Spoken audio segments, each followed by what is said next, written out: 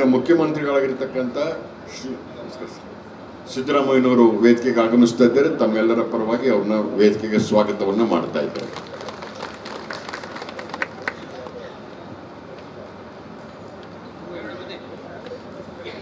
ಹದಿಮೂರು ದಿನದಲ್ಲಿ 30 ವಿಧಾನಸಭಾ ಕಾಂಗ್ರೆಸ್ ಶಾಸಕರಿದ್ದಾರೆ, 15 ಜನ ಬಿಜೆಪಿಯವರಿದ್ದಾರೆ, ಒಬ್ಬರು JDSನವರಿದ್ದಾರೆ. ಆ JDSನವರು ಕೂಡ ಕಾಂಗ್ರೆಸ್ ಜೊತೆ ಸೇರಿರುವುದರಿಂದ ನಮ್ಮ ವಿರೋಧಿ ಪಾಳ್ಯದಲ್ಲಿ 16 ಜನ ಮತದಾರರ ಒಲವು 85,000ರಲ್ಲಿ ಸುಮಾರು 40,000 ನೌಕರರೇ ಇದ್ದಾರೆ.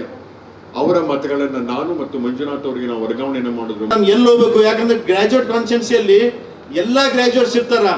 ಒಬ್ಬರು ಗ್ರಾಜುಯೇಟ್ ಡಾಕ್ಟರ್ ಇರ್ತಾರ, ಜಡ್ಜ್ ಇರ್ತಾರ, ಯಾರು ಹೊಲದಲ್ಲಿ ಇರ್ತಾರ, ಪಾಂಡವ ಇರುತ್ತೆ. ಯಾಕಂದ್ರೆ ಯಾರಿಗೂ ಗೊತ್ತಿಡಕ್ಕೆ ಆಗದ ಸಾಧ್ಯನೇ ಇಲ್ಲ. ಒಂದು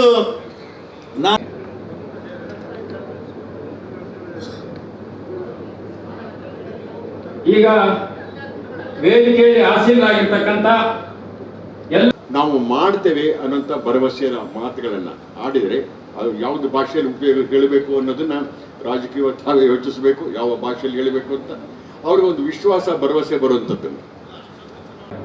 ಹಿನ್ನೆಲೆಯಲ್ಲಿ ಈ ಒಂದು ವಿಶೇಷ ಸಭೆಯನ್ನು ಕರೆಯಲಾಗಿದೆ. ಈ ಒಂದು ಸಭೆಯ ಅಧ್ಯಕ್ಷತೆಯನ್ನು ವಹಿಸಿರುವಂತ ವಾರ್ಡಿನ ಅಧ್ಯಕ್ಷರುಗಳು ಇಂಥವರ ಪ್ರಯತ್ನದಿಂದ ಮಾತ್ರ ಮನೆ ಮನೆಗೆ ಹೋಗಿ ಮುಟ್ಟಿ ಬರೋಕ್ಕೆ ಸಾಧ್ಯ ಇದೆ. ಜನರಲ್ ಎಲೆಕ್ಷನ್ ಟೈಪ್ ಗುಂಪು ಕಟ್ಟಿ ಮಾಡುವಂತ ಚುನಾವಣೆ ಇದಲ್ಲ. ಸೆಲೆಕ್ಟೆಡ್ ಆಗಿರ್ತಕ್ಕ ರಿಪಾರ್ಟ್ಗಳಿಗೆ ಹೋಗಿ ಬರೋದು ಕಷ್ಟ ಇದೆ 13 ದಿನಗಳಲ್ಲಿ. ಅಂತ ಸಂದರ್ಭದಲ್ಲಿ ಗೆಲುವಿಗೆ ನಾವು ಯಾರು ಅಭ್ಯರ್ಥಿಗಳ ಕಾರಣ ಸಾಧ್ಯವೇ ಇಲ್ಲ. ನಿಮ್ಮ ಆಶೀರ್ವಾದ, ನಿಮ್ಮ ಬೆಂಬಲ, ನಿಮ್ಮ ಸಹಕಾರ ಇದ್ರೆ 100% ಒಂದು ಈ ಸಾರಿ ಗೆಲ್ಲುವಂತ ಎಲ್ಲ ಪ್ರಯತ್ನವನ್ನು ಮಾಡ್ತೀನಿ ಅಂತ ಹೇಳಿ ತಾವೆಲ್ಲ ಬಂದು ನನಗೆ ಆಶೀರ್ವಾದ.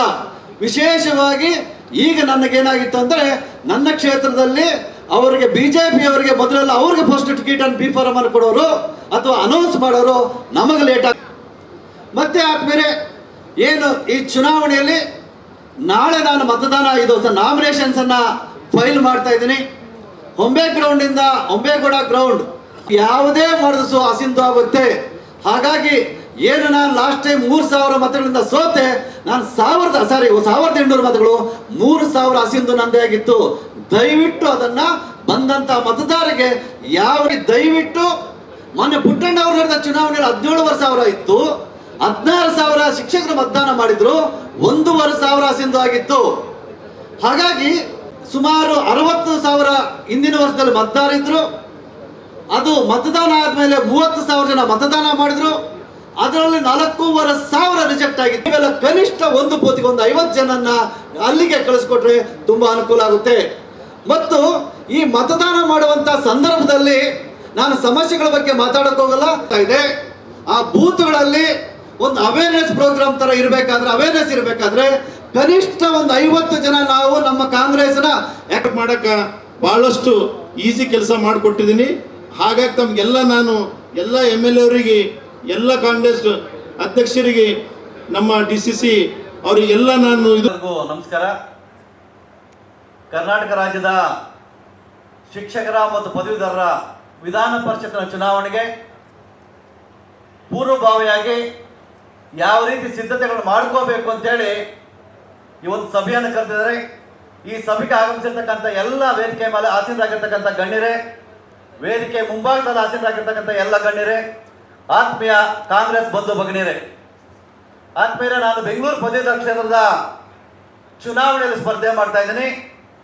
ಇದರ ವ್ಯಾಪ್ತಿ ಬರುತ್ತೆ ಬೆಂಗಳೂರು ನಗರ, ಗ್ರಾಮಾಂತರ, ರಾಮನಗರ ಜಿಲ್ಲೆ 36 MLA ಕ್ಷೇತ್ರಗಳ ವ್ಯಾಪ್ತಿ ಬರುತ್ತೆ. ಆದ್ಮೇಲೆ ಇದರಲ್ಲಿ ಈಗಾಗಲೇ 1,100,000 ಮತದಾರರಾಗಿದ್ದಾರೆ. ಈಗ 19ನೇ ತಾರೀಕು ಮತ್ತೊಂದು ಪಟ್ಟಿ ಬಿಡುಗಡೆ ಆಗುತ್ತೆ. ಇನ್ನೊಂದು 30,000ರಿಂದ 40,000 ಆಗುವಂತ ಸಂಭವ ಇದೆ. ಹಾಗಾಗಿ ಈ 1,40,000 ಮತಗಳನ್ನು ಭೇಟಿ ಮಾಡಬೇಕಾದ್ರೆ 36 MLA ಕ್ಷೇತ್ರಗಳಲ್ಲಿ ಓಡಾಡಬೇಕಾದ್ರೆ ಏನು ಇವತ್ತು ಆಗಮಿಸಿದ್ದೀರಾ ಶಾಸಕರು, ಸಂಸದರು, ಮಂತ್ರಿಗಳು, ಬ್ಲಾಕ್ ಕಾಂಗ್ರೆಸ್ನ ಅಧ್ಯಕ್ಷರು, ಮುಂಚೂಣಿ ಘಟಕಗಳ ಅಧ್ಯಕ್ಷರು ಮತ್ತು ನಮ್ಮ ಕಾಂಗ್ರೆಸ್ನ ಕಾರ್ಯಕರ್ತರು, ನಿಮ್ಮೆಲ್ಲರ ಸಹಕಾರ ಬೇಕಾಗಿದೆ. ಆದ್ಮೇಲೆ ಏನು ಒಂದು ವಾತಾವರಣ ಇತ್ತು, ಶಿಕ್ಷಕರ ಕ್ಷೇತ್ರ, ಪದವೀಧರ ಕ್ಷೇತ್ರ ಬಿಜೆಪಿ ಅವ್ರದ್ದು ಅಂತ. ಆದ್ರೆ ಒಂದು 5-6 ವರ್ಷಗಳಿಂದ ನೋಡಿದಾಗ ಈಗ ನಾವು ಮೊದಲನೇದಾಗಿ ಚಂದ್ರಶೇಖರ್ ಪಾಟೀಲ್, ಅದಕ್ಕೆ ಮೊದಲು ಮೊಟ್ಟೂರವರು, ಆಮೇಲೆ ಪ್ರಕಾಶ್ ಹುಕ್ಕೇರಿ ಅವರು, ಈಗ ಸನ್ಮಾನ್ಯ ಮಧು ಮಾದೇಗೌಡರು, ಆಮೇಲೆ ಈಗ ತಾನೇ ನಮ್ಮ ಪುಟ್ಟಣ್ಣವರು ಬಂದು ಏನು ಒಂದು ವಾತಾವರಣ ಬಿಜೆಪಿ ಅಂತಿತ್ತು ಅದು ಇವತ್ತು ಕಾಂಗ್ರೆಸ್ ಆಗ್ತಾ ಇದೆ. ಹಾಗಾಗಿ ಆ ವಾತಾವರಣದಲ್ಲಿ ನಾವು ಯೋಚನೆ ಮಾಡಬೇಕು.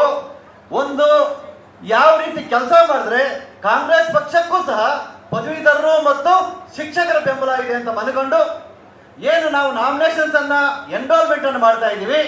ಆ ಎನ್ರೋಲ್ಮೆಂಟ್ ಅಲ್ಲಿ ವಿಶೇಷವಾಗಿ ನಿಮ್ಮೆಲ್ಲರ ಸಹಕಾರದಿಂದ ಅತ್ಯಂತ ಹೆಚ್ಚಿನ ಸಂಖ್ಯೆಯಲ್ಲಿ ನಾವು ಎನ್ರೋಲ್ ಮಾಡಿದ್ವಿ. ಅದಕ್ಕೆ ತಮ್ಗೆಲ್ಲರಿಗೂ ಸಹ ಅಭಿನಂದನೆ ಸಲ್ಲಿಸ್ತೀನಿ ಆದ್ಮೇಲೆ. ಅದೇ ರೀತಿಯಾಗಿ ಏನು ಎನ್ರೋಲ್ಮೆಂಟ್ ಆದಮೇಲೆ ನಾವೇನು ಆ ಪಟ್ಟಿ ಬಂದ ಮೇಲೆ ನಾವು ಕ್ಷೇತ್ರವಾರು, ಕ್ಷೇತ್ರದಲ್ಲಿ ನಗರದಲ್ಲಾದರೆ ವಾರ್ಡ್ ವೈಸು, ಅದೇ ಗ್ರಾಮೀಣದಲ್ಲಾದರೆ ಪಂಚಾಯತ್ ವೈಸು ನಾವು ಪಟ್ಟಿಯನ್ನು ಮಾಡಿದ್ವಿ. ಆ ಪಟ್ಟಿಯನ್ನು ಈಗಾಗಲೇ ನಿಮಗೆ ಕೊಟ್ಟಿದ್ದೀವಿ. ನಮ್ಮ ಕಡೆಯಿಂದ ಒಂದಷ್ಟು ಜನ ಬಂದು ತಮ್ಮನ್ನು ಭೇಟಿ ಮಾಡ್ತಾರೆ. ತಾವು ಸಹ ತಮ್ಮ ಭಾಗದಲ್ಲಿರ್ತಕ್ಕಂಥ ಮುಖಂಡರಿಗೆ ಮತ್ತು ಪಂಚಾಯತ್ ವೈಸ್ ನನಗೆ ಇನ್ಚಾರ್ಜ್ ಅನ್ನು ಕೊಟ್ಟರೆ ನಮಗೆ ಸುಲಭ ಆಗುತ್ತೆ. ವಿಶೇಷವಾಗಿ ನಗರ ಪ್ರದೇಶದಲ್ಲಿ ನಮಗೆ ಅಡ್ರೆಸ್ ಸರಿ ಇಲ್ಲದೆ ಇರೋದ್ರಿಂದ ನಿಮ್ಮ ಸಹಾಯ ತುಂಬಾ ಅವಶ್ಯಕತೆ ಆಗಿದೆ. ಆ ರೀತಿಯಾಗಿ ಸಹಾಯವನ್ನು ಮಾಡಬೇಕಾದ್ಮೇಲೆ ಎರಡನೇದಾಗಿ ಏನು ಚುನಾವಣೆ 3ನೇ ತಾರೀಕು ಬರ್ತಾ ಇದೆ. ಚುನಾವಣೆ ಹಿಂದಿನ ದಿವಸ ಏನು ಬೂತ್ಗಳು ಸರಿಸುಮಾರು ನಮಗೆ 70ರಿಂದ 80 ಬೂತ್ಗಳಾಗ್ತಾ ಇದೆ. ಆ ಬೂತ್ಗಳಲ್ಲಿ ಒಂದು ಅವೇರ್ನೆಸ್ ಪ್ರೋಗ್ರಾಮ್ ತರ ಇರಬೇಕಾದ್ರೆ ಕನಿಷ್ಠ ಒಂದು 50 ಜನ ನಾವು ನಮ್ಮ ಕಾಂಗ್ರೆಸ್ನ, ಯಾಕಂದ್ರೆ ನಮ್ಮ ಜೊತೆಲಿ ಶಿಕ್ಷಕರು ಇರ್ತಾರೆ, ಅವ್ರು ಸರ್ಕಾರಿ ನೌಕರರಾಗಿರ್ತಾರೆ, ಅವರು ಆ ಸ್ಥಾನದಲ್ಲಿ ಬಂದು ಆ ಪೆಂಡಾಲ್ ಹತ್ರ ಕೂತ್ಕೊಂಡು ನಮಗೆ ಮತವನ್ನು ಕೇಳಲಿಕ್ಕಾಗಲ್ಲ. ಹಾಗಾಗಿ ದಯವಿಟ್ಟು ನಮ್ಮ ಏನು ಇನ್ಚಾರ್ಜ್ ತಗೊಂಡಿದ್ರೆ ನೀವೆಲ್ಲ ಕನಿಷ್ಠ ಒಂದು ಬೂತ್ಗೆ ಒಂದು 50 ಜನನ್ನ ಅಲ್ಲಿಗೆ ಕಳಿಸ್ಕೊಟ್ರೆ ತುಂಬಾ ಅನುಕೂಲ ಆಗುತ್ತೆ. ಮತ್ತು ಈ ಮತದಾನ ಮಾಡುವಂತ ಸಂದರ್ಭದಲ್ಲಿ ನಾನು ಸಮಸ್ಯೆಗಳ ಬಗ್ಗೆ ಮಾತಾಡಕ್ ಹೋಗಲ್ಲ, ಯಾಕಂದ್ರೆ ಪ್ರತಿಯೊಬ್ಬರು ಮಾತಾಡಿದ್ರೆ ಸಮಯ ಆಗುತ್ತೆ. ನನಗೆ 3 ನಿಮಿಷ ಕೊಟ್ಟಿದ್ದಾರೆ. ಹಾಗಾಗಿ ನಮ್ಮೆಲ್ಲರ ಪರವಾಗಿ ಶ್ರೀನಿವಾಸ್ ಅವರು ಆ ಸಮಸ್ಯೆಗಳ ಬಗ್ಗೆ ಮಾತಾಡ್ತಾರೆ. ಅದು ಮುಖ್ಯಮಂತ್ರಿಗಳು ಮತ್ತು ಉಪಮುಖ್ಯಮಂತ್ರಿ ಬಂದ ಮೇಲೆ ಮಾತಾಡ್ತಾರೆ. ನಾನು ಏನು ಮತದಾನ ಮಾಡ್ತೀವಿ, ನನ್ನ ಚುನಾವಣೆಯಲ್ಲಿ ಏನು ಸುಮಾರು 60,000 ಹಿಂದಿನ ವರ್ಷದಲ್ಲಿ ಮತದಾರರಿದ್ರು. ಅದು ಮತದಾನ ಆದ್ಮೇಲೆ 30,000 ಜನ ಮತದಾನ ಮಾಡಿದ್ರು. ಅದರಲ್ಲಿ 4,500 ರಿಜೆಕ್ಟ್ ಆಗಿತ್ತು. ಹಾಗಾಗಿ ನಾನು 1,800 ಮತಗಳಿಂದ ಸೋತೆ. ನಂದೇ ಸರಿಸುಮಾರು 3,000 ಮತಗಳು ಅಸಿಂಧು ಆಗಿತ್ತು. ಹಾಗಾಗಿ ದಯವಿಟ್ಟು ಮೊನ್ನೆ ಪುಟ್ಟಣ್ಣವರ ಚುನಾವಣೆಯಲ್ಲಿ 17,000 ಇತ್ತು, 16,000 ಶಿಕ್ಷಕರು ಮತದಾನ ಮಾಡಿದ್ರು, 1,500 ಅಸಿಂಧು ಆಗಿತ್ತು.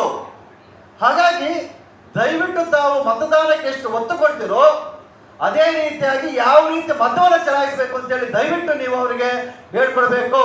ಯಾಕಂದ್ರೆ ಪದವೀಧರರು ಇರ್ತಾರೆ, ಶಿಕ್ಷಕರು ಇರ್ತಾರೆ, ಅವ್ರಿಗೆ ಅನಿಸುತ್ತೆ ನಾವೇನು ಬುದ್ಧಿವಂತರಲ್ವಾ ಅಂತ. ಆದ್ರೆ ಚುನಾವಣೆ ಇವತ್ತು ಪ್ರಥಮ ಪ್ರಾಶಸ್ತ್ಯ ಮತವನ್ನು ಕೊಡಬೇಕಾಗುತ್ತೆ.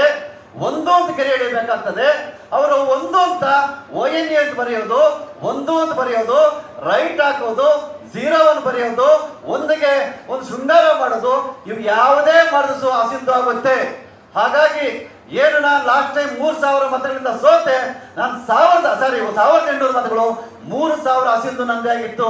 ದಯವಿಟ್ಟು ಅದನ್ನ ಬಂದಂತ ಮತದಾರರಿಗೆ ಯಾವ ರೀತಿ ಮತ ಹಾಕಬೇಕು ಅಂತೇಳಿ ನನ್ನ ಕ್ರಮ ಸಂಖ್ಯೆ ಇರುತ್ತೆ, ಹೆಸರಿರುತ್ತೆ, ಭಾವಚಿತ್ರ ಇರುತ್ತೆ, ಅದರ ಪಕ್ಕದಲ್ಲಿ ಒಂದು ಬಾಕ್ಸ್ ಇರುತ್ತೆ. ಆ ಬಾಕ್ಸ್ ಅಲ್ಲಿ ಒಂದು ಗೆರೆ ಎಳೆಯೋದು ಮುಖಾಂತರ, ಅಂದ್ರೆ ಮೊದಲನೇ ಪ್ರಾಶಸ್ತ್ಯ ಮತವನ್ನು ಕೊಡೋದು ಮುಖಾಂತರ ಅವ್ರ ಆಶೀರ್ವಾದವನ್ನು ಮಾಡಿಸಬೇಕು ಅಂತೇಳಿ ಈ ಮೂಲಕ ತಮ್ಮಲ್ಲಿ ವಿನಂತಿ ಮಾಡ್ಕೊಂತೀನಿ. ಮತ್ತೆ ಆದ್ಮೇಲೆ ಏನು ಈ ಚುನಾವಣೆಯಲ್ಲಿ ನಾಳೆ ನಾನು ಮತದಾನ ಆಗಿದ್ದು ನಾಮಿನೇಷನ್ಸ್ ಅನ್ನ ಫೈಲ್ ಮಾಡ್ತಾ ಇದ್ದೀನಿ. ಹೊಂಬೆ ಗ್ರೌಂಡ್ ಇಂದ ಹೊಂಬೇಗೌಡ ಗ್ರೌಂಡ್ ಅಲ್ಲಿಂದ ಸ್ಟಾರ್ಟ್ ಮಾಡಿ ಡಬಲ್ ರೋಡ್ ಇರ್ತಕ್ಕಂಥ ಶಾಂತಿನಗರದಲ್ಲಿ ನಾವೇನು ಪ್ಲಾನ್ ಮಾಡ್ಕೊಂಡಿದ್ವಿ ಸುಮಾರು 11 ಗಂಟೆಗೆ. ದಯವಿಟ್ಟು ಇಲ್ಲಿ ಬಂದಿರ್ತಕ್ಕಂಥ ನೀವೆಲ್ಲ ಸಹ ಅಲ್ಲಿ ಬಂದು ನನಗೆ ಆಶೀರ್ವಾದವನ್ನು ಮಾಡಬೇಕು ಅಂತ ವಿನಂತಿ ಮಾಡ್ಕೊತೀನಿ. ಹಿಂದೆ ಒಂದು ಕಾಲ ಇತ್ತು ನಮ್ಮಲ್ಲಿ ಆಗಲ್ಲ ಅಂತ, ಇವತ್ತು ವಾತಾವರಣ ಚೇಂಜ್ ಆಗಿದೆ, ಪಕ್ಷ ಅಧಿಕಾರದಲ್ಲಿದ್ದೀವಿ. ನನಗೆ ವಿಶೇಷವಾಗಿ ಈ ಭಾಗದಲ್ಲಿ ಪುಟ್ಟಣ್ಣವ್ರು ಬಂದಿದ್ದು, ಮೊದಲು ಅವರೊಂದು ಪಕ್ಷದಲ್ಲಿ ಇರ್ತಾ ಇದ್ರು, ನಾನೊಂದು ಪಕ್ಷದಲ್ಲಿ ಇರ್ತಾ ಇದ್ದು, ಶಿಕ್ಷಕರು ಡಿವೈಡ್ ಆಗ್ತಾ ಇತ್ತು, ಹೆಚ್ಚಿಗೆ ಅವರ ಕಡೆ ಇರ್ತಾ ಇದ್ರು, ಅವರು ಬೇರೆ ಪಕ್ಷದಲ್ಲಿದ್ದು ನನಗೆ ಸಹಾಯ ಮಾಡೋಕ್ಕಾಗ್ತಿರಲಿಲ್ಲ. ಈಗ ಅವರು ಬಂದಿದ್ದು ಆನೆ ಬಲ ಬಂದಂತಾಗಿದೆ, ಸರ್ಕಾರ ಇದೆ, ಸರ್ಕಾರ ಯೋಜನೆಗಳು ಚೆನ್ನಾಗಿದ್ದಾವೆ. ಇವತ್ತು ಹಿಂದೆ ಇದ್ದಂತ ಏನು ಮೋದಿ ಅಂತಿತ್ತು, ಮೋದಿ ಹೋಗಿದೆ. ಹಾಗಾಗಿ ದಯವಿಟ್ಟು ನೀವೆಲ್ಲ ವಿಶೇಷವಾಗಿ ಈಗ ನನಗೇನಾಗಿತ್ತು ಅಂದ್ರೆ ನನ್ನ ಕ್ಷೇತ್ರದಲ್ಲಿ ಅವರಿಗೆ ಬಿಜೆಪಿ ಅವರಿಗೆ ಮೊದಲೆಲ್ಲ ಅವ್ರಿಗೆ ಫಸ್ಟ್ ಟಿಕೆಟ್ ಅನ್ನು ಪ್ರಿಫರ್ ಮಾಡಿ ಕೊಡೋರು ಅಥವಾ ಅನೌನ್ಸ್ ಮಾಡೋರು, ನಮಗೆ ಲೇಟ್ ಆಗ್ತಾ ಇತ್ತು. ಈಗ ಅವ್ರಿಗೆ ನಿನ್ನೆ ಅನೌನ್ಸ್ ಮಾಡಿದ್ದಾರೆ. ಈ ಚುನಾವಣೆ ಕೇವಲ 1 ತಿಂಗಳಲ್ಲಿ 2 ತಿಂಗಳಲ್ಲಿ 3 ತಿಂಗಳಲ್ಲಿ ಮಾಡ್ತೀವಿ ಅಂತಂದ್ರೆ ಆಗಲ್ಲ. ಸತತವಾಗಿ ಅವ್ರ ಜೊತೆಯಲ್ಲಿ ಒಂದು ವರ್ಷದಿಂದ ನಾವು ಕೆಲಸವನ್ನು ಮಾಡ್ಕೊಂಡ್ ಬಂದಿದ್ವಿ. ಎನ್ರೋಲ್ ಹೆಚ್ಚು ರೀತಿಯಲ್ಲಿ ಮಾಡ್ತಾ ಇದ್ವಿ.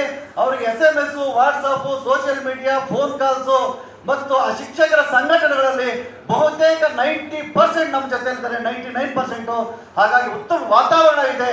ನಿಮ್ಮ ಆಶೀರ್ವಾದ, ನಿಮ್ಮ ಬೆಂಬಲ, ನಿಮ್ಮ ಸಹಕಾರ ಇದ್ದರೆ 100% ಒಂದು ಈ ಸಾರಿ ಗೆಲ್ಲುವಂತ ಎಲ್ಲ ಪ್ರಯತ್ನವನ್ನು ಮಾಡ್ತೀನಿ ಅಂತೇಳಿ ತಾವೆಲ್ಲ ಬಂದು ನನಗೆ ಆಶೀರ್ವಾದವನ್ನು ಮಾಡಬೇಕು ಅಂತ ವಿನಂತಿ ಮಾಡಿಕೊಂಡು ನನ್ನ ಮಾತಿಗೆ ವಿರಾಮ ಹೇಳ್ತಾ ಇದ್ದೀನಿ. ಜೈ ಹಿಂದ್, ಜೈ ಕರ್ನಾಟಕ ಮಾತೆ. ಇರ್ತಕ್ಕಂಥ ಎಲ್ಲ ನಾಯಕರೇ, ಇಲ್ಲಿ ಬಂದಿರತಕ್ಕಂಥ ಪಕ್ಷದ ಎಲ್ಲ ನಾಯಕರೇ, ಒಂದೇ ವಿಷಯವನ್ನ ನಾವು 4 ಜನ ಮಾತಾಡಕ್ಕೆ ಹೋದಾಗ ಚರ್ಮಿತ ಚವರಣ ಅಂತೇಳಿ ಮತ್ತೆ ಅದನ್ನೇ ಪ್ರಸ್ತಾವ ಮಾಡ್ಬೋದು. ಈ ಕ್ಷೇತ್ರದ ಚುನಾವಣೆಗಳು ಬಹಳ ವಿಸ್ತಾರ. ನಮ್ಮದೇ ನೈಋತ್ಯ ಕ್ಷೇತ್ರ, ಕೊಡಗು ಜಿಲ್ಲೆ, ಚಿಕ್ಕಮಗಳೂರು, ಉಡುಪಿ, ಮಂಗಳೂರು, ಶಿವಮೊಗ್ಗ ಮತ್ತು ದಾವಣಗೆರೆಯ 3 ತಾಲೂಕುಗಳು. ಚುನಾವಣೆ ದಿಢೀರಂತೇಳಿ ಅನೌನ್ಸ್ ಆಗಿದೆ. 9ನೇ ತಾರೀಕಿಂದ ನಾಮಪತ್ರ ಕೂಡ ಪ್ರಾರಂಭ ಆಗಿದೆ. 16ನೇ ತಾರೀಕು ನಾಡಿದ್ದು ಅಂತಿಮ ದಿನ ನಾಮಪತ್ರ ಸಲ್ಲಿಸಲಿಕ್ಕೆ. ವಿತ್ ಡ್ರಾಯಲ್ ಮಾಡಿ ಅಭ್ಯರ್ಥಿಗಳ ಪಟ್ಟಿ ಅಂತಿಮ ಪ್ರಕಟ ಆಗುವುದು 20ನೇ ತಾರೀಕು ಸಾಯಂಕಾಲ. ಕೇವಲ 13 ದಿನ ಮಾತ್ರ, 3ನೇ ತಾರೀಕು ಜೂನ್ ಮತದಾನ. 13 ದಿನದಲ್ಲಿ ನೈಋತ್ಯ ಕ್ಷೇತ್ರಕ್ಕೆ ಸಂಬಂಧಪಟ್ಟಂತೆ ಹೇಳಬೇಕು ಅಂದರೆ 30 ವಿಧಾನಸಭಾ ಕ್ಷೇತ್ರಗಳಲ್ಲಿ ಓಡಾಟ ಮಾಡಲಿಕ್ಕೆ ಸಾಧ್ಯವೇ ಇಲ್ಲ. 30 ವಿಧಾನಸಭಾ ಹೆಡ್ ಕ್ವಾರ್ಟರ್ಗಳಿಗೆ ಹೋಗ್ಬರೋದು ಕಷ್ಟ ಇದೆ 13 ದಿನಗಳಲ್ಲಿ. ಅಂಥ ಸಂದರ್ಭದಲ್ಲಿ ಗೆಲುವಿಗೆ ನಾವು ಯಾರೂ ಅಭ್ಯರ್ಥಿಗಳು ಕಾರಣ ಆಗೋಕ್ಕೆ ಸಾಧ್ಯವೇ ಇಲ್ಲ. ತಮ್ಮ ಶಕ್ತಿ, ತಮ್ಮ ಆಶೀರ್ವಾದದ ಮೇಲೆ ನಮ್ಮ ಗೆಲುವು ಸಾಧ್ಯ ಆಗುತ್ತೆ. ನೀವು ಪ್ರಯತ್ನ ಮಾಡಿದರೆ ಮಾತ್ರ ನಾವೆಲ್ಲ ಅಭ್ಯರ್ಥಿಗಳು ಗೆಲ್ತೇವೆ. ನಾವು ವ್ಯಕ್ತಿಗತವಾಗಿ ಗೆಲ್ಲುವಂಥ ಸಾಧ್ಯತೆಗಳು ಬಹಳ ಕಡಿಮೆ. ಯಾಕೆಂದರೆ ಕಾಲಾವಧಿ ತುಂಬ ಕಡಿಮೆ ಇದೆ. ಮುಂಚಿತವಾಗಿದ್ದರೆ ಮಾಡ್ಬೋದು.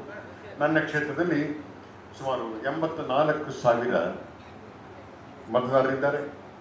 ನಾನು ಈಗ ಸಿಟ್ಟಿಂಗ್ ಹಾಲಿ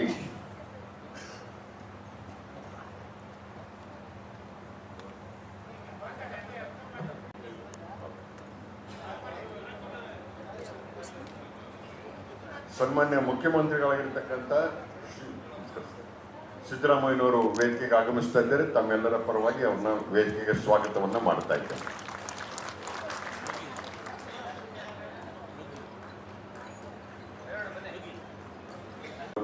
ಪಕ್ಷ ಮತ್ತು ಸರ್ಕಾರ ಅಭ್ಯರ್ಥಿಗಳಿಗೆ ಕೊಟ್ಟರೆ ಖಂಡಿತವಾಗಿ ನಾವೆಲ್ಲ ಗೆದ್ದು ಬರ್ತೇವೆ ಅಂತ ವಿನಂತಿ ಮಾಡಿ ನನ್ನ ಮಾತನ್ನು ಮುಕ್ತಾಯ ಮಾಡ್ತೇನೆ.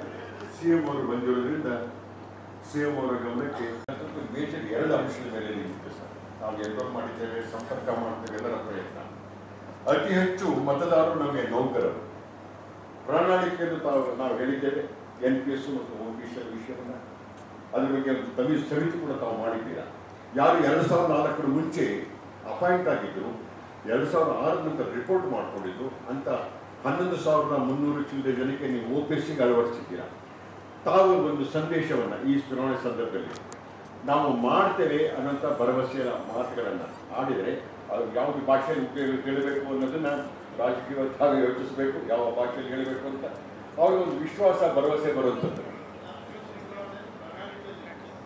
ಪ್ರಣಾಳಿಕೆಯಲ್ಲಿ ಇದೆ. ಅದಾದಮೇಲೆ CM ಅವರು ಒಂದು ಹೆಜ್ಜೆ ಮುಂದಿಟ್ಟು ಸಮಿತಿಯನ್ನು ಕೂಡ ಮಾಡಿದ್ದಾರೆ. ಆ ದಿಕ್ಕನ್ನು ಹೊಂದಿದ್ದೀನಿ. ಇದನ್ನು ನಾವು ನಿಮ್ಮನ್ನು ಕೈ ಬಿಡೋದಿಲ್ಲ ಅನ್ನೋಂಥ ಭರವಸೆಯ ಭಾಷೆ ತಾವು ಹೇಗೆ ಬಳಕೆ ಮಾಡ್ತೀರೋ ಗೊತ್ತಿಲ್ಲ. ಅದಾದರೆ ನಾವು 6 ಜನ ಗೆಲ್ಲಲಿಕ್ಕೆ ಬಹಳ ದೊಡ್ಡ ಕಾಂಟ್ರಿಬ್ಯೂಷನ್ ಸರ್ಕಾರದ ಕಡೆಯಿಂದ ಆಗುತ್ತೆ. ದಯಮಾಡಿ ಅದನ್ನು ಮಾಡಿ ನಮ್ಮ ಗೆಲುವಿಗೆ ತಾವು ದೊಡ್ಡ ಆಶೀರ್ವಾದವನ್ನು ಮಾಡಬೇಕು ಸರ್ಕಾರದ ಕಡೆಯಿಂದ ಅಂತ ಪ್ರಾರ್ಥನೆಯನ್ನು ಮಾಡಿ. ನಮಸ್ಕಾರಗಳು. ಸನ್ಮಾನ್ಯ ಮುಖ್ಯಮಂತ್ರಿಗಳಾದ ಸನ್ಮಾನ್ಯ ಶ್ರೀ KPCC ಅಧ್ಯಕ್ಷರಾದ ಶಿವಕುಮಾರ್ ಸಿ ಅವರಿಗೆ 20 ದಿವಸ ಸಮಯ ಇದೆ. ನಾವು ಎಲ್ಲ MLC ಯಾಕಂದ್ರೆ ಯಾರಿಗೂ ಗೊತ್ತಿಡಕ್ಕೆ ಆಗದ ಸಾಧ್ಯನೇ ಇಲ್ಲ. ಒಂದು ನಾನು 2 ಸತಿ ಎಲ್ಲ ಮೇಲೆ ಆಶ್ವಾಸನೆ ಕೊಡ್ತೀನಿ. ಚಂದ್ರಶೇಖರ್ ಪಾಟೀಲ್ ಅವರಿಗೆ ಧನ್ಯವಾದಗಳು. ಸೌತ್ ಟೀಚರ್ ವೇದಿಕೆಯಲ್ಲಿರ್ತಕ್ಕಂಥ ನಮ್ಮ ನಾಡಿನ ಜನಪ್ರಿಯ ಮುಖ್ಯಮಂತ್ರಿಗಳಾದಂಥ ಸನ್ಮಾನ್ಯ ಸಿದ್ದರಾಮಯ್ಯಜಿಯವರ, ನಮ್ಮ ಪಕ್ಷದ ನಮ್ಮ ಪ್ರದೇಶ ಕಾಂಗ್ರೆಸ್ ಪಕ್ಷದ ಅಧ್ಯಕ್ಷರು ಉಪಮುಖ್ಯಮಂತ್ರಿಯವರೇ, ವೇದಿಕೆಯಲ್ಲಿ ಕಾರ್ಯಾಧ್ಯಕ್ಷರುಗಳೇ ಮತ್ತು ವೇದಿಕೆಯಲ್ಲಿ ಉಪಸ್ಥಿತರಿರುವ ಟೈಮಲ್ಲಿ ಬಂದಿರತಕ್ಕಂಥ 6 ವಿಧಾನ ಪರಿಷತ್ ಚುನಾವಣೆಯಲ್ಲೂ ಕೂಡ 6 ಗೆಲ್ಲುವಂಥ ಒಂದು ಅವಕಾಶ ಇದೆ.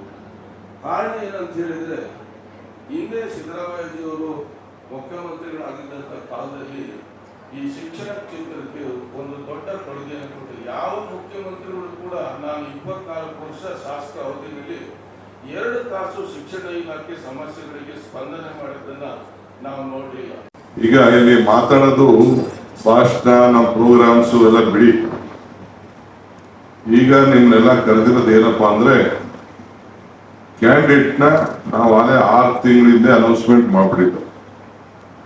2 ಕ್ಯಾಂಡಿಡೇಟ್ ಮಾತ್ರ ಸ್ವಲ್ಪ ಡಿಲೇ ಮಾಡಿದ್ರು. 1 ಕ್ಯಾಂಡಿಡೇಟ್ ಇವತ್ತು ಮರ್ತಿಬೇಕುದು. ಈಗ 10 ನಿಮಿಷ ಅರ್ಧ ಗಂಟೆ ಹಿಂದೆ ಅನೌನ್ಸ್ಮೆಂಟ್ ಆಗಿದೆ. ಅವರೊಬ್ಬರೇ ಇದ್ದಿದ್ದು ಕ್ಯಾಂಡಿಡೇಟ್, ಟೆಕ್ನಿಕಲ್ ರೀಸನ್ಗೋಸ್ಕರ ಅವ್ರದ್ದು ಕ್ಲಿಯರೆನ್ಸ್ ಆಗಿಲ್ಲ, ಇದಾಗಿದೆ. ಈಗ ನಾವು ಪಾರ್ಟಿ ಎಲೆಕ್ಷನ್ ಮಾಡಬೇಕು, ಮಂತ್ರಿಗಳ ಎಲೆಕ್ಷನ್ ಮಾಡಬೇಕು, ಶಾಸಕರ ಎಲೆಕ್ಷನ್ ಮಾಡಬೇಕು. ಕ್ಯಾಂಡಿಡೇಟ್ ಮೇಲೆ ಬಿಟ್ಟು ಎಲೆಕ್ಷನ್ ಮಾಡೋಕ್ಕಾಗಲ್ಲ. ಕ್ಯಾಂಡಿಡೇಟ್ ಅವ್ರ ಡ್ಯೂಟಿ ಅವ್ರು ಮಾಡ್ತಾರೆ. ಅವ್ರ ಹತ್ರ ಇರೋಂಥ ವೋಟರ್ ಲಿಸ್ಟ್ ಅಂತ ಇಟ್ಕೊಂಡು ನಾವು ನಮ್ಮ ಕ್ಷೇತ್ರಗಳಲ್ಲಿ ತೆಗೆದುಕೊಂಡು ನಾವು ಕಾಂಟ್ಯಾಕ್ಟ್ ಮಾಡಿಕೊಂಡು ನಾವು ಎಲೆಕ್ಷನ್ ಮಾಡ್ಕೊಡ್ಬೇಕು. ನಾವು ಹೆಂಗೆ ಲೋಕಸಭೆ ವಿಧಾನಸಭೆ ಎಲೆಕ್ಷನ್ ನಾವು ಮಾಡೋದು, ಅವ್ರ ಮೇಲೆ ಬಿಟ್ಬಿಟ್ಟು ಅವ್ರ ಕ್ಯಾಂಡಿಡೇಟ್ ಅವರೆಲ್ಲ ಅವ್ರು ಮಾಡ್ಕೊಳ್ತಾರೆ, ಆ ರೀತಿ ಮಾಡ್ಲಿಕ್ಕೆ ಆಗುದಿಲ್ಲ. ಅವರು ಅಲಯನ್ಸ್ ಪಾರ್ಟ್ನರ್ಸ್ ಎಲೆಕ್ಷನ್ ಅವರು 1 ಸೀಟ್ ಗಡದ್ ಬಿಟ್ಬಿಟ್ಟು ಮಿಕ್ಕಿದ ಸೀಟ್ನ ಬಿಜೆಪಿಯವರು ನಿಂತ್ಕೊಳ್ತಾರೆ. ಮೊದಲಿಂದನೂ ಈ ಸೀಟ್ಗಳನ್ನ ಅವರು ಮಾಡ್ಕೊಂಡು ಬಂದಿದ್ರು. ಗುಲ್ಬರ್ಗ ಸೀಟ್ ಮಾತ್ರ ನಮ್ಗಿತ್ತು, ಮರ್ತಿಬೇಗೌಡರು ನಮ್ಗಿತ್ತು, ಮಿಕ್ಕಿದ ಯಾವ ಸೀಟು ನಮ್ಗಿರ್ಲಿಲ್ಲ. ಈಗ ನಾವು ಲಾಸ್ಟ್ ಟೈಮು ಈಗ ನಾವು ಆ ಸೀಟನ್ನ ನಮ್ಮ ಪ್ರಕಾಶ್ ಹುಕ್ಕೇರಿ ಅವರು ಕೂಡ ಆ ಸೀಟನ್ನ ಗೆದ್ರು, ಮಧು ಮಾದೇವರು ಕೂಡ ಗೆದ್ರು. ಇಂಪ್ರೂವ್ಮೆಂಟ್ 2 ಸೀಟನ್ನು ಕೂಡ ನಮ್ಮ ಕಷ್ಟ ಕಾಲದಲ್ಲಿ ನಾವು ಆ ಸೀಟ್ ನಾವು ಗೆದ್ದಿದ್ದೇವೆ. ಈಗ ಹಂಗೆ ತಾವೆಲ್ಲ ಪಾರ್ಲಿಮೆಂಟ್ಗೆ ಕಷ್ಟಪಟ್ಟು ದುಡಿದಿದ್ವಿ ಎಲ್ಲ ಇದೆ. ಈಗ ಪ್ರತಿಯೊಂದು ಬ್ಲಾಕ್ ಅಲ್ಲೂ ಕೂಡ ನಿಮ್ಗೆ ವೋಟ್ ಮಾಡಿಕೊಂಡು ಈ ಏನು ನಮ್ಮ 5 ಜನ ವರ್ಕಿಂಗ್ ಪ್ರೆಸಿಡೆಂಟ್ ಇದ್ದಾರೆ, 5 ಜನ ವರ್ಕಿಂಗ್ ಪ್ರೆಸಿಡೆಂಟ್ ಒಂದೊಂದು ಡಿವಿಷನ್ಗೆ ಇನ್ಚಾರ್ಜ್ ವಹಿಸ್ತೀನಿ. 5 ಜನ ಜೊತೆ ನಮ್ಮ ಮಂತ್ರಿಗಳು, ಆ ಸಂಬಂಧಪಟ್ಟಂತ ಮಂತ್ರಿಗಳು, ಶಾಸಕರು ಒಂದು ಸಪರೇಟ್ ಗ್ರೂಪ್ ಮಾಡಿಕೊಂಡು ಈಗ ಸಪೋಸ್ ಮರ್ತಿಬೇಕುದು ಕ್ಷೇತ್ರ ಅನ್ಬೇಕು, ಅಲ್ಲಿ ಯಾರ MLA ಇದ್ದಾರೆ, ಯಾರ ಮಂತ್ರಿ ಇದ್ದಾರೆ, ನಮ್ಮ ವರ್ಕಿಂಗ್ ಪ್ರೆಸಿಡೆಂಟ್ ಒಂದು ಗ್ರೂಪ್ ಮಾಡ್ಕೊಂಡು ಬ್ಲಾಕ್ ಅವ್ರನ್ನ ಇಟ್ಕೊಂಡು ನಮ್ಮ ಕಾರ್ಯಕರ್ತ ಇಟ್ಕೊಂಡು ನಾವು ನೇರವಾಗಿ ಅವ್ರಿಗೆ ಹೆಂಗೆ ಹೆಲ್ಪ್ ಮಾಡ್ಬೋದು ಅನ್ನೋ ದೃಷ್ಟಿಯಿಂದ ನೀವು ಮಾಡಬೇಕು. ಹಂಗೆ ಎಲ್ಲಾ ಕಡೆನೂ ಅಷ್ಟೇ. 2 ಕಡೆ ರೆಬಲ್ ಇಲ್ಲಕ್ಕೆ ಕೆಲವೆಲ್ಲ ಸಿದ್ಧ ಆಗ್ತಾ ಇದೆ. ಅದನ್ನು ಯಾವ ರೀತಿ ಕಂಟೈನ್ ಮಾಡಬೇಕು. ಶಿವಮೊಗ್ಗ ಒಂದು, ನಮ್ಮ ಗುಲ್ಬರ್ಗ ಸೀಟು ಬಳ್ಳಾರಿ ಒಂದು ರೆಬಲ್ ನಿಂತ್ಕೊಳ್ತಾರೆ ಅಂತ ಹೇಳಿ ನನಗೆ ಮಾಹಿತಿ ಬಂದಿದೆ. ಅದಕ್ಕೆ ಯಾವ ರೀತಿ ಕಂಟೈನ್ ಮಾಡಬೇಕು. ಈಗಿಂದಲೇ ನಾಮಿನೇಷನ್ ಫೈಲ್ ಮಾಡುತ್ತೆ. ಈಗ ಅವ್ರು ನಾಮಿನೇಷನ್ ಫೈಲ್ ಮಾಡ್ಬೇಕಾದ್ರೆ ನೀವು MLAs ಯಾರಿದ್ದೀರಿ ಅವರೆಲ್ಲರೂ ಕೂಡ ನಾಮಿನೇಷನ್ ಫೈಲ್ ಮಾಡಿದ್ರೆ ಹೋಗ್ಬೇಕು, ಕಂಪಲ್ಸರಿ. MLAಗಳು ಹೋಗ್ಬೇಕು, ಮಂತ್ರಿಗಳು ಹೋಗ್ಬೇಕು. ನಾನು ಕೂಡ ನಾನು ಆಕ್ಚುಲಿ ಇವತ್ತು ರಾಯಬೆಲ್ಲಿಗೆ ಹೋಗ್ತಾ ಇದ್ದವನು ಕೆಲವು ನಾಮಿನೇಷನ್ ಫೈಲ್ ಮಾಡೋದಕ್ಕೋಸ್ಕರ ಕೆಲವು ಕಡೆ ಒಂದು 2 ಕಡೆ ಪಾರ್ಟಿಸಿಪೇಟ್ ಮಾಡ್ಕೊಂಡು ಹೋಗ್ಬೇಕು ಅಂತಿದ್ದೀನಿ. ದಯವಿಟ್ಟು ಇದನ್ನ ಮಿಕ್ಕಿದೆಲ್ಲ ಬಿಡಿ, ಪಾಲಿಸಿಗಳು ಅವು ನಾವು ಮಾಡಿದ್ದು, ಸಿದ್ದರಾಮಯ್ಯ ಮಾಡಿದ್ದವೆಲ್ಲ ಯಾರು ಕೇಳಲ್ಲ. ಈ ಟೀಚರ್ ಕಾನ್ಸ್ಟಿಟ್ಯೂನ್ಸಿಲಿ ಗ್ರಾಜುಯೇಟ್ ಕಾನ್ಸ್ಟಿಟ್ಯೂನ್ಸಿ ಏನ್ ಕೇಳಲ್ಲ. ಯಾರನ್ನ ಅಪ್ರೋಚ್ ಮಾಡ್ತೀರಾ, ಏನ್ ಕೊಡ್ತಾರೆ, ಈಗ ಏನ್ ಬಿಡ್ತಾರೆ ಅಂತ ಯಾರು ನೋಡ್ತಾ ಇದ್ದಾರೆ. ಆ ರೀತಿ ಪರಿಸ್ಥಿತಿ ನಡೀತಾ ಇದೆ. ಅವೆಲ್ಲ ಹೇಳ್ಕೊಂಡ್ರೆ ಮರ್ಯಾದೆ ಹೋಗ್ತಾರೆ. ಗ್ರಾಜುಯೇಟ್ಸ್ ಇವೆಲ್ಲ ಚರ್ಚೆ ಮಾಡೋದು ಬೇಡ. So please let us be very practical ಮಾಡಿ. ಪ್ರಾಕ್ಟಿಕಲ್ ಆಗಿ ನಾವಿರೋಣ, ಯಾರಿಗೆ ಗೌರವ ಕೊಡ್ಬೇಕು ಕೊಡೋಣ. ಆದ್ರೆ ಅಪ್ರೋಚ್ ಅಂತೂ ಮಾಡಬೇಕು, ಮಾತಾಡಬೇಕು. ಆಮೇಲೆ ಕೆಲವರೆಲ್ಲ ಎನ್ರೋಲ್ಮೆಂಟ್ ಮಾಡಿದ್ದಾರೆ, ಕೆಲವರು ಎನ್ರೋಲ್ಮೆಂಟ್ ಸೆಲೆಕ್ಟ್ ಮಾಡಿಲ್ಲ. ನನ್ನ ಮನೇಲೇ ಎನ್ರೋಲ್ಮೆಂಟ್, ನನ್ನ ಮನೇಲೆ 3 ಓಟಿಗೆ ಬರೀ ನನ್ನೊಂದು ಓಟ್ ಮಾತ್ರ ಇಲ್ಲ ಅಂತಂದ್ರೆ ಬೇಕಾದಷ್ಟು ತಪ್ಪು ಕೆಲವು ಆಗಿದೆ. ಓವರ್ ಕಾನ್ಫಿಡೆನ್ಸ್ ಮೇಲೆ ಕೆಲವರು ಸುಮ್ಮನೆ ಇದ್ರು, ಕೆಲವರಂತೂ ಬಹಳ ಚೆನ್ನಾಗಿ ಎನ್ರೋಲ್ಮೆಂಟ್ ಮಾಡಿದ್ದಾರೆ. ಸೊ ಈ ಇಯರ್ಗೆ ಹೊಸದಾಗಿ ಎನ್ರೋಲ್ಮೆಂಟ್ ಮಾಡೋಕ್ಕೆ ಎಲ್ಲರೂ ಬಿಸಿ ಇದ್ರು. ಈ ಎಲೆಕ್ಷನ್ ಸಂದರ್ಭದಲ್ಲಿ ಸ್ವಲ್ಪ ಎಲ್ಲ ಬಿಸಿ ಇದ್ರು, ಆಗಿದ್ದಾಗಿದೆ. ಈಗ ಏನಿದೆ ವೋಟ್ ಲಿಸ್ಟ್ ಅಲ್ಲಿ ನಾವು ಅಪ್ಡೇಟ್ ಮಾಡಬೇಕು. ಬಿಡ ಹಿಂದಕ್ಕೆ ಬಂದ್ರೆ ಹಿಂದಕ್ಕೆ ಜಾಗ ಬಂದು ಹಂಗೆ ಡಿಪ್ಲೊಮಾ ಆಗೋದು, ಇಂಜಿನಿಯರಿಂಗ್ ಆಗೋದು, ಮೆಡಿಕಲ್ ಆಗೋದು, ಪ್ಯಾರಾಮೆಡಿಕಲ್ ಆಗೋದು ಎಲ್ಲ ಕೋರ್ಸಸ್ ಅಲ್ಲಿ ಇರುವಂತ ನೋಂದಾಯಿತ ಮತದಾರ ಮಾತ್ರನೇ ಮತ ಹಾಕ್ಲಿಕ್ಕೆ ಅರ್ಹರಾಗಿರ್ತಾರೆ. ಹಾಗಾಗಿ ನಿಮ್ಮ ಭಾಗದಲ್ಲಿ ಇರಿದಂತ ಮತದಾರರನ್ನ ಈಗಾಗಲೇ ನಮ್ಮ ನಾರಾಯಣಸ್ವಾಮಿ ಅವರು ಹೇಳಿದ್ದಾರೆ, ಮತದಾರ ಪಟ್ಟಿಯನ್ನು ನಾವೆಲ್ಲ ತಲುಪಿಸ್ಕೊಡ್ತೇವೆ, ಅವ್ರು ನಿಮಗೆ ತಲುಪಿಸ್ಕೊಡ್ತಾರೆ. ಅಂತ ಸಂದರ್ಭದಲ್ಲಿ ನೀವು ಹೋಗಿ ಮನೆಯಲ್ಲೇ ಇರ್ತಾರೆ. ಈಗ 27ಕ್ಕೆ ಶಾಲೆಗಳು ಪ್ರಾರಂಭ ಆಗ್ತವೆ. ನಿಮ್ಮ ಗ್ರಾಮದಲ್ಲಿ ನಿಮ್ಮ ಹೈಸ್ಕೂಲಲ್ಲಿ ಇರತಕ್ಕಂಥ ನೋಂದಾಯಿತ ಶಿಕ್ಷಕರನ್ನ ಹೋಗಿ ಭೇಟಿಯಾಗಿ, ಎಲ್ಲೆಲ್ಲಿ 2 ಚುನಾವಣೆ ಇರ್ತದೆ ಅಲ್ಲಿ ಶಿಕ್ಷಕರು ಗ್ರಾಜ್ಯುಯೇಟ್ಸ್ಗೆ ಮತ್ತೆ ಇದಕ್ಕೆ ಶಿಕ್ಷಕರ ಕ್ಷೇತ್ರದಲ್ಲಿ 2 ಕಡೆ ಮತದಾರರಾಗ್ತಾರೆ. ಆದರೆ ಪದವೀಧರರು ಎಲ್ಲರೂ ಮತದಾರರಾಗಲ್ಲ. ಪದವೀಧರರು 3 ವರ್ಷ ಪೂರೈಸಿದಂಥವ್ರು ಯಾರ್ಯಾರು ಜೀವಂತವಾಗಿದ್ದಾರೆ, ನೋಂದಾಯಿಸ್ಕೊಂಡಿದ್ದಾರೆ, ಅವರೆಲ್ಲಾನು ಏನು ಇದರಲ್ಲಿ ಇರ್ತಾರೆ, ಪಟ್ಟಿಯಲ್ಲಿ ಇರ್ತಾರೆ ಅಂತ ಹೇಳಿದ್ರೆ ಎನ್ರೋಲ್ ಮಾಡಿಸಿದ್ರೆ ಅವರೆಲ್ಲ ಇರ್ತಾರೆ. ಆಟೋ ಡ್ರೈವರ್ಸ್ ಇರ್ಬೋದು, ರೈತರು ಇರ್ಬೋದು, ಪ್ರತಿಯೊಬ್ಬರು ಆಗಿರ್ತಾರೆ. ಇಲ್ಲಿ 2 ತರ ಇದೆ. ಪದವೀಧರ ಕ್ಷೇತ್ರದಲ್ಲಿ 30% ಶಿಕ್ಷಕರು ಪ್ರತಿನಿಧಿಸಿದ್ರೆ 70% ಅದರ್ಸ್ ಇರ್ತಾರೆ, ಅಡ್ವೊಕೇಟ್ಸ್ ಇಂದ ಹಿಡ್ಕೊಂಡು ಎಲ್ಲರೂ ಇರ್ತಾರೆ.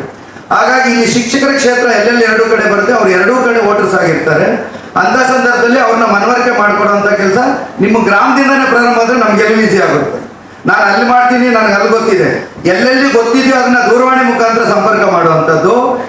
ಮೊದಲು ನಿಮ್ಮ ಗ್ರಾಮ, ನಿಮ್ಮ ಮನೆ, ನಿಮ್ಮ ಕುಟುಂಬ, ನಿಮ್ಮ ನೆಂಟರಿಷ್ಟರು, ಅದ್ರ ಜೊತೆ ನೀವು ಯಾರ್ಯಾರ ಜೊತೆ ವ್ಯಾಪಾರ ವ್ಯವಹಾರದಲ್ಲಿದೆಯೋ ಅಲ್ಲಿ ಎಲ್ಲೆಲ್ಲಿ ಮಾತಾಡಿದಾರೆ ಅವ್ರನ್ನ ಮನವರಿಕೆ ಮಾಡುವಂತಂದ್ರೆ ನಿಮ್ಗೆ ಫಸ್ಟ್ ಹ್ಯಾಂಡ್ ಕಾಂಟ್ಯಾಕ್ಟ್ ಯಾರಿದೆ ಅವ್ರನ್ನೆಲ್ಲ ಮನವರಿಕೆ ಮಾಡುವಂಥದ್ದು. ಈ ಸಲ ನಮ್ಮ ಪಕ್ಷ ರಾಜ್ಯದಲ್ಲಿದೆ. ಹಾಗಾಗಿ ನಮ್ಮ ಇಶ್ಯೂಸ್ ಸಾಕಷ್ಟಿದ್ದಾವೆ. ಪಕ್ಷದ ಅಭ್ಯರ್ಥಿಯನ್ನ ಗೆಲ್ಲಿಸ್ಕೊಟ್ರೆ ನಾಳೆ ಬಹುದಿನಗಳ ನಿಮ್ಮ ಬೇಡಿಕೆಗಳನ್ನ ಈಡೇರಿಸಲಿಕ್ಕೆ ಅನುಕೂಲ ಆಗುತ್ತೆ. ಪಕ್ಷದ ಅಭ್ಯರ್ಥಿ ಅಲ್ಲದವ್ರನ್ನ ಗೆಲ್ಲಿಸ್ಕೊಟ್ರೆ ನಿಮ್ಗೆ ಒಂದೇ ಉತ್ತರ ಸಿಗುತ್ತೆ, ನಾನೇನ್ ಮಾಡ್ಲಿ, ನನ್ನ ಸರ್ಕಾರ ಇಲ್ಲ, ನಂದೇನು ನಡೆಯಲ್ಲ ಅಂತ ಹೇಳ್ಬಿಟ್ಟು. ಈ ವಿಚಾರ ನೀವು ಹೇಳ್ಬೋದು, ಹೌದು ತಾನೆ? ಯಾರ್ಯಾರು ಬೇರೆ ಪಕ್ಷಕ್ಕೆ ಮಾಡ್ತಾ ಇದ್ದಾರೆ ಅವ್ರಿಗೆಲ್ಲ ಹೇಳ್ಬೋದಾಗಿರುತ್ತೆ. ಇವತ್ತು ಶಿಕ್ಷಕರು ತುಂಬಾ ಬುದ್ಧಿವಂತರು ಇರ್ತಾರೆ, ಎಲ್ಲರ ಜೊತೆಯಲ್ಲಿ ಇರ್ತಾರೆ, ಕೊನೆಯಲ್ಲಿ ಯಾರಿಗೆ ಮತ ಹಾಕ್ತಾರೆ ಅಂತೇಳಿ ತುಂಬಾ ನಿಖರವಾಗಿ ತಿಳ್ಕೊಳ್ಳಿಕ್ಕೆ ಕಷ್ಟ ಆಗುತ್ತೆ. ನಮ್ಮ ಪಕ್ಷದ ಮ್ಯಾನಿಫೆಸ್ಟೋ ಇಶ್ಯೂಸ್ ಅವ್ರಿಗೆಲ್ಲ ಗೊತ್ತಿದೆ, ನಾವೇನು ಹೇಳೋದು ಬೇಕಲ್ಲ. ರಾಜ್ಯದಲ್ಲಿ 2 ಕಡೆನೂ OPS ಅಂದ್ರೆ ನ್ಯಾಷನಲ್ ಪೆನ್ಷನ್ ಸ್ಕೀಮ್ ಅನ್ನ ತೆಗೆದು OPS ಅನ್ನು ಮರುಸ್ಥಾಪನೆ ಮಾಡ್ತೀವಿ ಅನ್ನೋದು ಇಶ್ಯೂ ಇದೆ. ಈಗಾಗಲೇ 7ನೇ ವೇತನ ಆಯೋಗನ ವರದಿನ ಅಕ್ಸೆಪ್ಟ್ ಮಾಡಿದ್ದಾರೆ. ಈ 2 ವಿಚಾರ ನೀವು ಹೇಳ್ಬೋದು. ಅದು ಬಿಟ್ಟರೆ ಸಾಕಷ್ಟು ಸಮಸ್ಯೆ ಇರುವಂಥದ್ದು. ಒಂದೇ ಒಂದು ಸಮಸ್ಯೆ ಹೇಳ್ಬಿಡ್ತಾರೆ, ಅಧ್ಯಕ್ಷ ಹೇಳ್ಬಾರ್ದು ಅಂತಿದ್ರು, ಹೇಳ್ಬಿಡ್ತಾರೆ. ಅನುದಾನಿತ ಶಿಕ್ಷಣ ಸಂಸ್ಥೆಗಳಲ್ಲಿ ಈಗ ಆಲ್ರೆಡಿ ಸರಿಸುಮಾರು 4,000ಕ್ಕೂ ಚಿಲ್ಲರೆ ಏನು ಪೋಸ್ಟ್ಗಳು ವೇಕೆನ್ಸಿ ಇದ್ದಾವೆ 2015ರಿಂದ ಇರುವಾಗ ಅದನ್ನು ತುಂಬುವಂಥದ್ದು.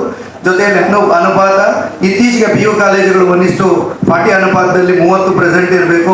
ಜೊತೆಗೆ ಅವ್ರಿಗೆ ಟೈಮ್ಗೆ ಸ್ಯಾಲ್ರಿ ಆಗ್ತಿಲ್ಲ. ಇದು ಮಾತ್ರ ಮಾಡಿದ್ರೆ ಅನುದಾನಿತ ಶಿಕ್ಷಣ ಸಂಸ್ಥೆಗಳಲ್ಲಿ ಇರೋರು ಖಂಡಿತ ನಮ್ಮ ಜೊತೆ ಕೈ ಜೋಡಿಸ್ತಾರೆ. ಈಗ ಆಲ್ರೆಡಿ ಯಾರು ಹಿಂದೆಗಡೆ OPS ಹೋರಾಟ ಮಾಡಿದ್ರು ಅವರೆಲ್ಲ ಕಾಂಗ್ರೆಸ್ ಪಕ್ಷದ ಅಡಿಯೆಲ್ಲ ಗುರುತಿಸ್ಕೊಂಡಿದ್ದಾರೆ. ಈ ವಿಚಾರಗಳನ್ನ ನೀವು ಹೇಳ್ಬೋದು. ನೀವು ಹೇಳೋದಕ್ಕೆ ಅದೇನು ಕಷ್ಟ ಆಗ್ಲಿಕ್ಕಿಲ್ಲ. ನಮ್ಮ ಪಕ್ಷ ಬಂದಿದೆ, ನಮ್ಮ ಪಕ್ಷ ಮ್ಯಾನಿಫೆಸ್ಟೋದಿದೆ, 100ಕ್ಕೆ 100 ನಾವು ಮಾಡಿಕೊಡ್ತೇವೆ. ಅದಕ್ಕೋಸ್ಕರವಾಗಿ ಈ ಬಾರಿ ನಮ್ಮ ಪಕ್ಷದ ಅಭ್ಯರ್ಥಿಗಳನ್ನ ಬೆಂಬಲಿಸಿ ಅಂತ ಹೇಳ್ಬಿಟ್ಟು ಇವರು ಅಲ್ಲಿ ಕೂತಿದ್ದಾರೆ. ಇವರು ನಮ್ಮ ಸುರೇಶ್ ಅವರು MP ಅವರು ಕೆಳಗಡೆ ಕೂತಿದ್ದಾರೆ. ಸೊ ನೀವು ಎಲ್ಲಿ ಕೂತ್ಕೊಂಡ್ರೆ ನಡೀತದೆ, ತೊಂದರೆ ಇಲ್ಲ. ಸೊ ಎಲ್ಲರನ್ನು ಶಾಸಕರನ್ನ ಮತ್ತೆ ಇಂಪಾರ್ಟೆಂಟ್ ಲೀಡರ್ಸ್ಗಳನ್ನ ಕರೆದಿರೋ ಉದ್ದೇಶ ಏನು ಅಂತಂದ್ರೆ, ಈ ಸರಿ KPCC ಯಾವ ರೀತಿ ಇನ್ವಾಲ್ವ್ ಆಗಿ 6 ಜನ ಕ್ಯಾಂಡಿಡೇಟ್ನ ಗೆಲ್ಲಬೇಕು ಅನ್ನೋದ್ರ ಬಗ್ಗೆ ಒಂದು ಸ್ಟ್ರಾಟಜಿ ವರ್ಕೌಟ್ ಮಾಡಬೇಕು ಅನ್ನೋದ್ರ ಬಗ್ಗೆ PCC ಆಲ್ರೆಡಿ ನಮಗೆ ಡೈರೆಕ್ಷನ್ಸ್ ಕೊಟ್ಟಿದೆ. ಅಧ್ಯಕ್ಷರು ನಮ್ಗೆ ಹೇಳಿದ್ದಾರೆ ಯಾವ ಥರ ಚುನಾವಣೆ ಮಾಡಬೇಕು, ಯಾವ ರೀತಿ 6 ಜನ ಗೆಲ್ಲಿಸ್ಲಿಕ್ಕೆ ಅವಕಾಶ ಮಾಡಿಕೊಡ್ಬೇಕು ಅನ್ನೋದ್ರ ಬಗ್ಗೆ ಈಗಾಗಲೇ ಒಂದು ಸ್ಟ್ರಾಟಜಿ ಮಾಡಿ ನಮಗೆ ಹೇಳಿದ್ದಾರೆ. ಅದರಿಂದ ಇವತ್ತು ಗೌರವಾನ್ವಿತ ಶಾಸಕರು, ಜಿಲ್ಲಾಧ್ಯಕ್ಷರುಗಳು ಮತ್ತೆ ಪ್ರಮುಖ ಲೀಡರ್ಗಳನ್ನ ಮಾತ್ರ ಇವತ್ತು ಕರೆದಿರುವಂಥದ್ದು. ತುಂಬಾ ಜವಾಬ್ದಾರಿ ಇರುವಂಥವ್ರನ್ನ, ಇವನ್ ಚೇರ್ಮನ್ಗಳು ಇರ್ಬೋದು, ಎಲ್ಲ ಲೀಡರ್ಗಳನ್ನ ಕರೆದಿರುವಂಥದ್ದು ಆ ಕಾರಣಕ್ಕೋಸ್ಕರ. ಅದಕ್ಕೆ ಮುಖ್ಯಮಂತ್ರಿಗಳು ಬಂದಿದ್ದಾರೆ, ಮತ್ತೆ ಪಕ್ಷದ ಅಧ್ಯಕ್ಷರು ಮತ್ತೆ ಮುಖಂಡರುಗಳು ಬಂದಿದ್ದಾರೆ. ಇವತ್ತೊಂದು ದಿವಸ ನಿಮಗೆ ಗೊತ್ತಿದೆ ಈ MLC ಎಲೆಕ್ಷನ್ಸ್ ಎಷ್ಟು ಇಂಪಾರ್ಟೆಂಟ್ ಇದೆ ಅಂತ. ಇವತ್ತು ನಮಗೆ ಮೆಜಾರಿಟಿ ಬರಬೇಕು ಅಪ್ಪರ್ ಹೌಸ್ ಅಲ್ಲಿ ಅಂತ ಅಂದ್ರೆ ನಮಗೆ ಇನ್ನ 14 MLCಗಳ ಅವಶ್ಯಕತೆ ಇದೆ. 14 ಈಗ ಆಗ್ತಾ ಇರುವಂತ ಚುನಾವಣೆ ಬಂದು ಇವತ್ತು 11 + 6 ಒಟ್ಟು 6 + 1 18ಕ್ಕೆ ಇವಾಗ ಚುನಾವಣೆ ನಡೀತಿದೆ.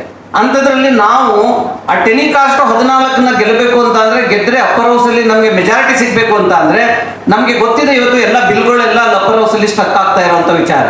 ಅದರಿಂದ BJPಗೆ ಅಟ್ ಎನಿ ಕಾಸ್ಟ್ ಗೆಲ್ಲಲಿಕ್ಕೆ ಬಿಡಬಾರ್ದು ಅಂತ ಅಂದ್ರೆ ಇವತ್ತು 135 136 ಸೀಟ್ ಅಸೆಂಬ್ಲಿನಲ್ಲಿ ಗೆದ್ದಿದ್ದೀವಿ. ಇವತ್ತು ಪಾರ್ಲಿಮೆಂಟ್ ಅಲ್ಲೂ ಕೂಡ ನಾವು 18ರಿಂದ 20 ಸೀಟು ನಾವು ಗೆಲ್ತೀವಿ ಅನ್ನೋ ಒಂದು ವಾತಾವರಣ ಸೃಷ್ಟಿ ಮಾಡಿದ್ದೀವಿ.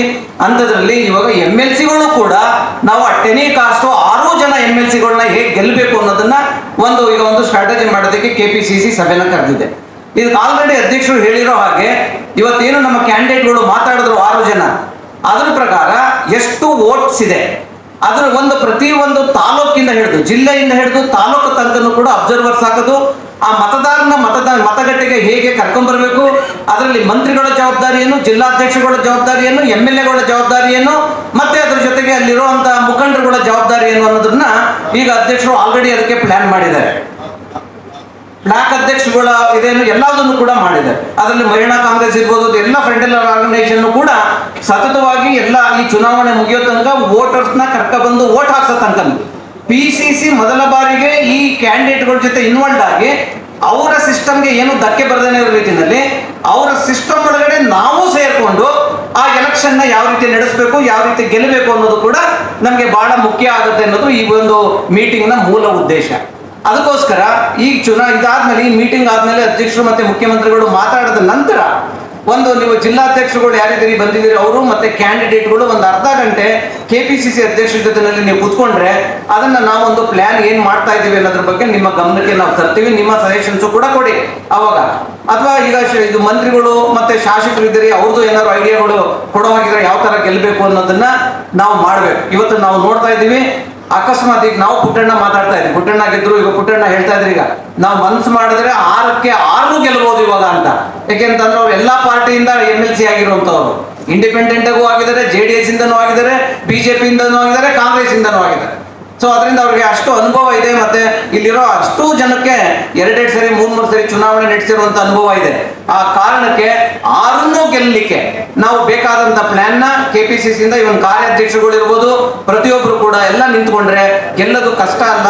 ಈ ಸರ್ಕಾರ ನಮ್ದೇ ಇರೋದ್ರಿಂದ ಡೆಫಿನೆಟ್ ಆಗಿ 6ಕ್ಕೆ 6 ಗೆಲ್ಲೋಣ ಅಂತ ಈ ಒಂದು ಸ್ಟ್ರಾಟಜಿನ ಮಾಡಿದ್ವಿ. ಅದಕ್ಕೆ ಸಂಬಂಧಪಟ್ಟಂತೆ ಅಧ್ಯಕ್ಷರು ಮತ್ತೆ ಸನ್ಮಾನ್ಯ ಮುಖ್ಯಮಂತ್ರಿಗಳು ಇದಕ್ಕೆ ಮಾತಾಡ್ತಾರೆ ಇವಾಗ. Thank you.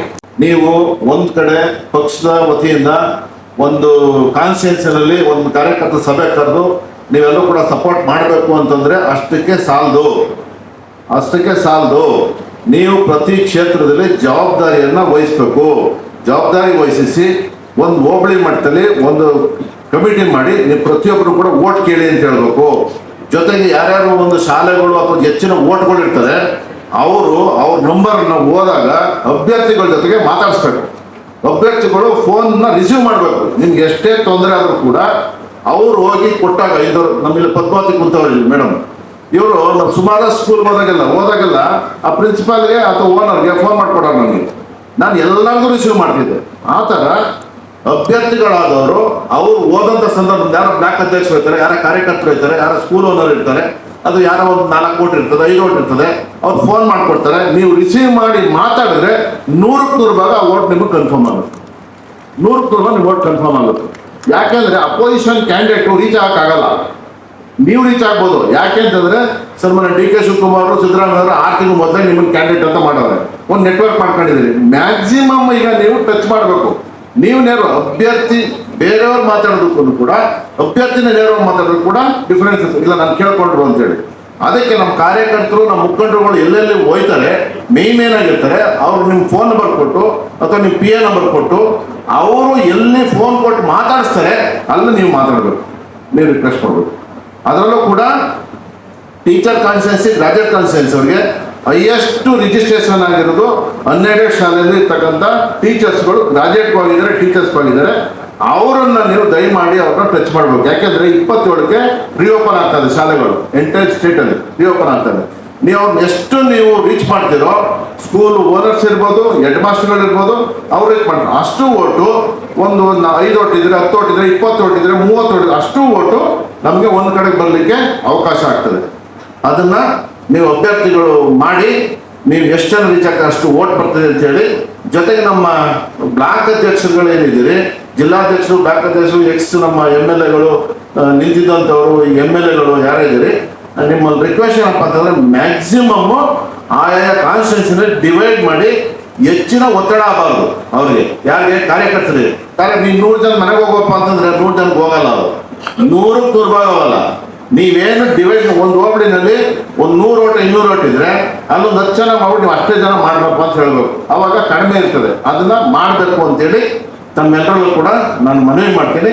ಇನ್ನು ಮಿಕ್ಕಿನಾದಂತೆ ಅಧ್ಯಕ್ಷರಿದ್ದಾರೆ, ಮುಖ್ಯಮಂತ್ರಿಗಳಿದ್ದಾರೆ, ಇವ್ರಿಗೆಲ್ಲರೂ ಕೂಡ ಒಂದು ಸ್ವಲ್ಪ ಆರ್ಥಿಕವಾದಂಥ ಸವಲತ್ತನ್ನು ಕೂಡ ಒಂದು ಸ್ವಲ್ಪ ಇರಲಿ ಸರ್. ಏನು ಅಲ್ವಾ ಸರ್? ಅದನ್ನ ನಾನು ಏನು ಹೇಳ್ತಾ ಇಲ್ಲ. ಆದರೆ ಆರ್ಥಿಕವಾಗಿ ಇದಕ್ಕೆ ಅವ್ರು ಒಂಚೂರು ಹೆಚ್ಚಿನ ಮಾಡಿದ್ರೆ, ಸಪೋರ್ಟ್ ಮಾಡಿದ್ರೆ ಒಂದು ಅವಕಾಶ ಆಗುತ್ತೆ ಅಂತೇಳಿ ನನ್ನ ಭಾವನೆ. 6 ಕಾರು ಗೆಲ್ತಾರೆ. Thank you.